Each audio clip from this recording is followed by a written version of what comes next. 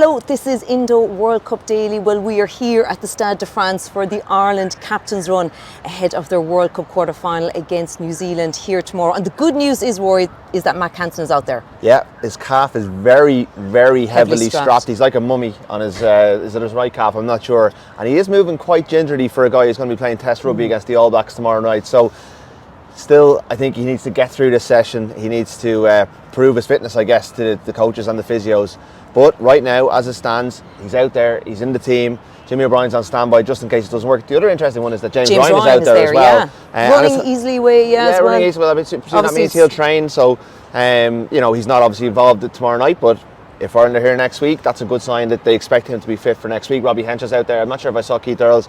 We'll update that later. But of the 23, it looks like they're all out there, and Hansen is out there. He's togged. Just still has to get through this one.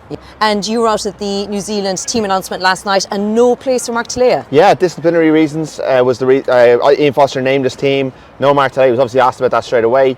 He fronted up. He said he's broken a team protocol. We believe it's a curfew breach, which is an amazing thing for an All Black to do.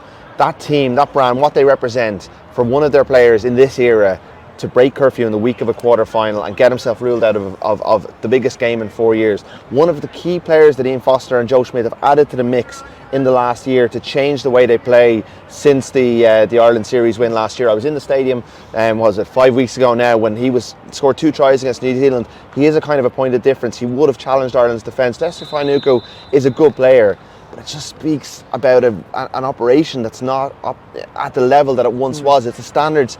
Like, they try to spin it that the players are still holding the same standards, and that's why he's not in.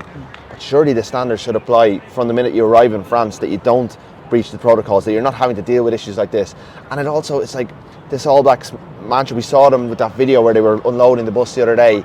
I mean, what does that actually mean when players are going out and letting the rest of their teammates down? Some of the selections, like Shannon Frizzell and people can look up his history.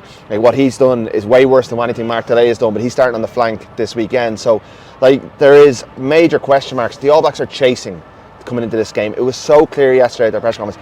The way they spoke about Ireland, the questions they were asked about Ireland, Ireland, the way they have to look up to Ireland now. I used to go to press conferences, I'm sure you have as well, Sinead, where they didn't know any of the players apart from Brian O'Driscoll.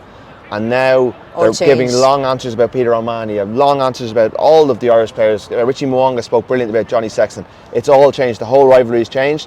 Obviously, an All Blacks win tomorrow night shifts it back again. Yeah, absolutely. Well, we will have a lot more on this on our Left Wing podcast, our final one before tomorrow's game later today.